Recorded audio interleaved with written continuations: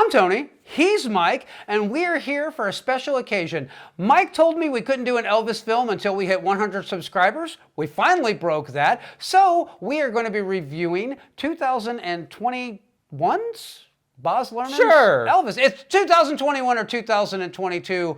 22. Baz Luhrmann's 2022 Elvis. You wanted to do this, so I did. Give me your quick 3 minutes here. Here's the thing. I intentionally did not watch this film until we could review it. So I intentionally avoided this film like the fucking plague because I didn't want to review it. Hence why I put the 100 subscriber stipulation. I knew eventually it'd come, and here it is. So, and I'm going to say this right now. This film, for me, had everything going in its favor.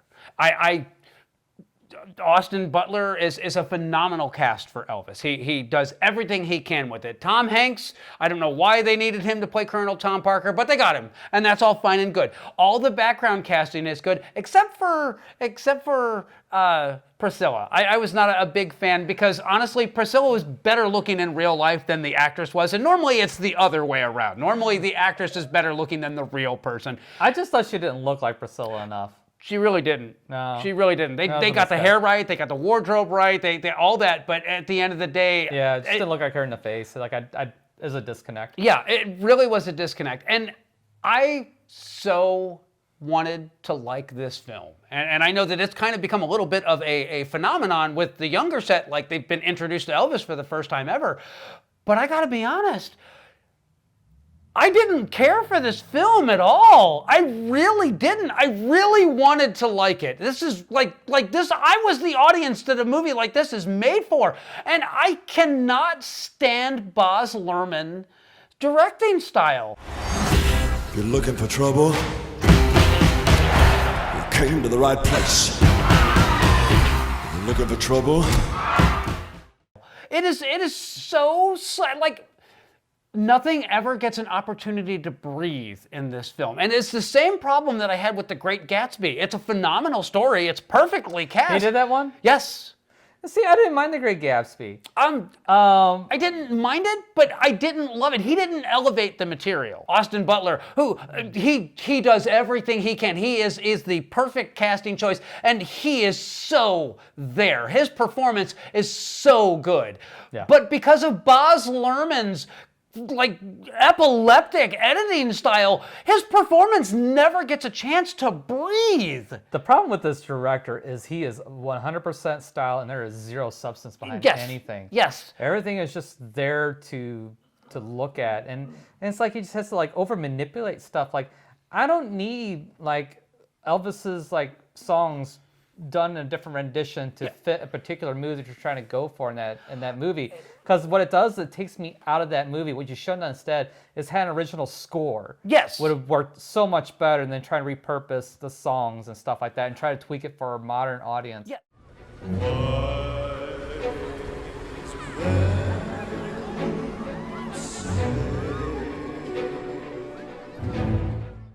Yeah. Because the point of the movie is they're trying to honor Elvis, so honor him by doing his songs the way they were intended. I mean, if I'm fucking wrong, say so. No, but... I completely agree with you. It's Elvis. He doesn't need manipulation. No. He's a fascinating man any way you want to cut it. And his life is a fascinating story. You know what it doesn't need? It doesn't need to be slickened up. And it sure as hell doesn't need to watch like a bad music video for 2 hours and change. Well, they say you was high class. Well, that was just a lie. And that's what this is. It's almost 3 fucking hours. Okay, almost 3 hours. But here's the perfect example of what I'm talking about. And you've got to go almost all the way through the film. There is the scene where it is him and Priscilla, and they're sitting in the limo. And they're having a conversation, and that is a shot that, okay, they're both giving great performances. They're having this very heavy discussion about Elvis and what's coming next and how their relationship is falling apart. And it should have been one single shot. It should have been a shot of the two of them facing each other, having this heart-wrenching conversation about it. But there's literally every, 2 seconds, there's a cut to a slightly different camera angle and a slightly different, and it's so kinetic.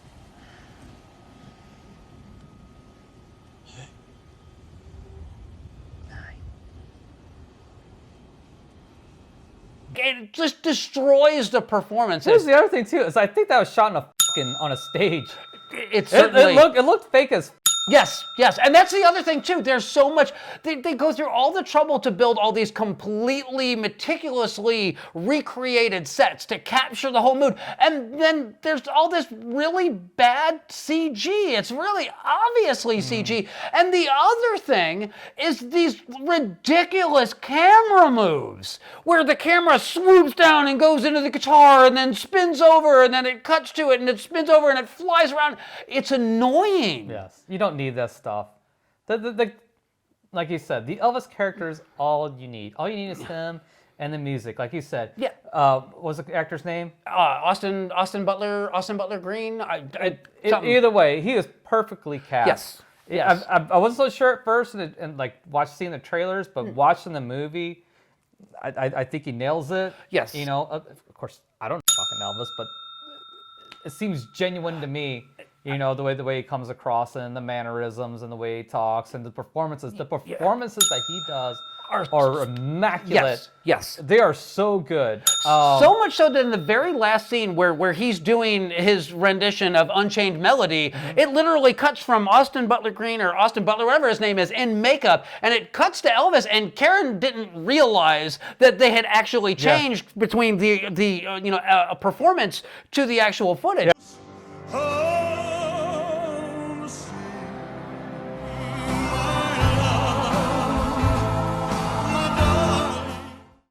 Just talking about the man himself, Elvis, to give that fucking performance, like right there, like in those stages of his life where he is like just pilled out, he's just propped up. Yeah.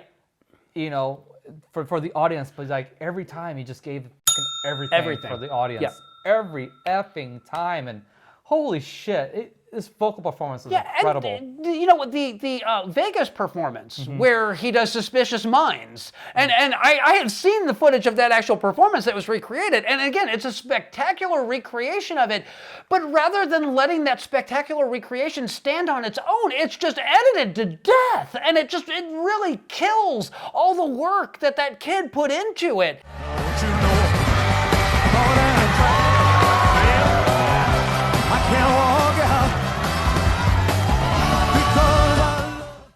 And the rumor is that he's being nominated for an Academy Award. I don't know if he has or he hasn't at this point. I don't know if the Academy Award nominees are, but he's earned that nomination, most definitely. He gave everything that he could to that particular role. But at the end of the day, Baz Luhrmann's slap chop editing style, you're going to love his nuts.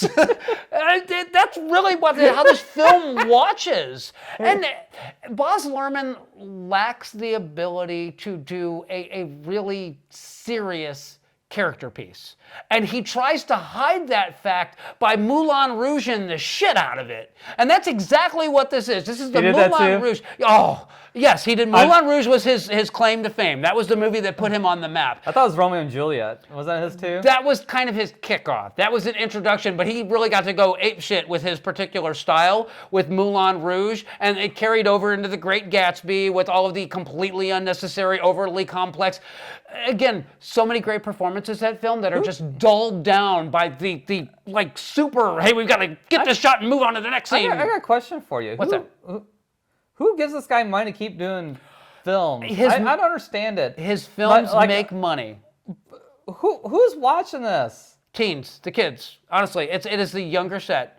And I'm not saying that, in a disparaging way. I understand that he's probably catering to a younger audience. But the fact of the matter is, I think that Elvis, the man, deserved a little bit more respect than what this film actually gave him. Because at the end of the day, when you watch this film, Elvis comes off as a duped rube that happened to have a lot of talent. That's how this film watches. I mean, who knows how close or how inaccurate that actually is. To me, he came across as a character, just a genuine guy that just loved performing. Yeah. Yeah. And, he just trusted people to, Take care of him Take care and- of him and stuff, so I think that's most entertainers are like that, they're genuinely good people and they just get taken advantage of by scumbags. And, so it's probably a fairly accurate portrayal. Probably. But I mean, it is what it is. I'm just going to say this. If you're an Elvis fan, watch This Is Elvis. It is a behind-the-scene documentary of Elvis on tour with his group, and it's all very in your face. And you get a real taste for who this man is, because there are points where he just completely forgets that there's a camera pointed at him, and you're just getting to see Elvis, not Elvis, hamming it up for the camera or for an audience. You actually get to hear his conversations and what they talk about when there's nothing else going on. And it's a fascinating documentary. But at the end of the day, I don't know that anybody has done a character piece about Elvis that does him justice. I want to watch this John Carpenter's take on him. I never got to see that with him and Kurt Russell. With Kurt Russell, yeah. It made for TV, if I'm not mistaken, on that one. Yeah, So, I've never seen it. I'm interested to see how that is. as much as I really was looking forward to this, and as much as I really wanted to recommend this film, I can't. I was simultaneously just kind of off-put by it, and a little insulted by the fact that there's such gratuitously wrong facts in this, like the fact that Elvis starred in 4 films before he joined the military. And they cut it out like, oh no, when he gets out, he's gonna go and the colonel's gonna make him the biggest movie star in the world. He already was. He'd already done 4 films, and as a matter of fact, none of them did poorly. They'd already proven that he had it, and so much so that when he got out of the military, he did GI Blues because they wanted to capitalize on the fact that Elvis was returning to Hollywood, and he'd just done a stint in the military, and it was fun and funny and charming, and it was musical, and it kind of set the standard for all the Elvis films that we got after that. We reviewed 3 of them, and you can check out our 3 Kings holiday special from a couple of years ago. Yeah. Here. Yeah. Again, as much as I wanted to love this film, I was really hoping this was going to be Baz Luhrmann actually learned some lessons and toned himself you're down. Fucking wrong there, buddy. I really, really was. So, I was happy. I would have happily run out and bought this on Blu-ray and happily recommended it. And I can't, because I have too much respect for the man. I have too much respect for the artist that it's about. And there's so many glaring errors in this. And nothing here is really new. Yeah. I mean, it's all very... Yeah. I will say this, I didn't hate it as much as I thought I was going to hate it. Yeah. But at the same time, I'm not going to recommend it. That's for damn sure. So there you have it. It's not a recommend for you. It's certainly not a recommend for me. No, it's not. And Baz Luhrmann, you know what? Learn how to do a oneer. Learn how to do one scene, one take, one camera, and let your artists, let the actors act. Let them perform. They put in all the work. Let them show what they can do. Because all of your stylized bullshit editing detracts from what could have been a really great film. And this is a music biopic, so really it's a gimme as far as that goes. The formula's been laid out already. All you had to do was not deviate. So you don't deserve an Academy Award nomination for Best Director, and as much as Austin Butler, or Austin, whatever his name is, as much as he may deserve an Academy Award nomination for his performance, you didn't do him any favors, and he's not going to win because it's his first turn at the rodeo. They're going to give it to somebody that's a little bit more seasoned and has a little deeper catalog on that one. And I'm just calling it now. So if I'm wrong, so be it. But at the end of the day, I've seen it and I'm over it. And now I've just got to wait until we hit 200 subscribers so that we can review an actual Elvis film that's fun. You may have to wait that long. We'll see. But anyways, that's all we got. We'll see you guys the next time.